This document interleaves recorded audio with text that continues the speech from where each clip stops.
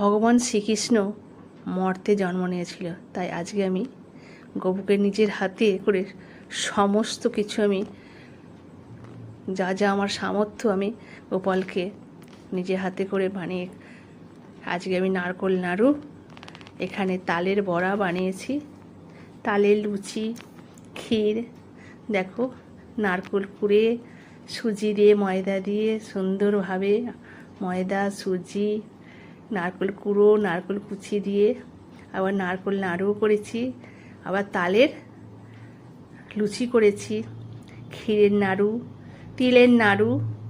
দেখো বন্ধুরা, আমি আজকে শ্রীকৃষ্ণ আমার গোপুসোনাকে সুন্দরভাবে সাজিয়েছি, দিয়েছি তাকে খেলনা, দিয়েছি ডেয়ারি মিল্ক, আর সাজিয়েছি রাজবেশে সাজিয়েছি। দেখো এখানে তালের লুচি, তালের বড়া দিয়েছি, নারকেল নাড়ু গপুকে খাইয়ে দিচ্ছি। যশোমতি মাইয়া সে বলে নন্দলালা, রাধা কেউ গোরে মে কেউ কালা। যশোমতি মাইয়া সে বলে নন্দলালা, राधा क्यों गोरी में क्यों काला। बड़े मुस्का के मैया लालन को बताया, गोरी गोरी आँखों में मेरे कजलाया।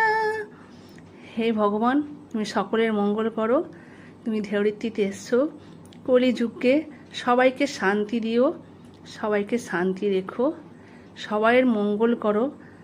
গোপুসোনা শ্রীকৃষ্ণ আজকেই কারাগার থেকে, কংসের কারাগার থেকে গোকুলে নিয়ে গেছিল বসুদেব, সেখানে কষ্ট করে বাবা মাথায় করে নিয়ে গেছিল, নিয়ে গিয়ে তারপর দিনকে নন্দরাজা উৎসব করেছিল এই শ্রীকৃষ্ণের।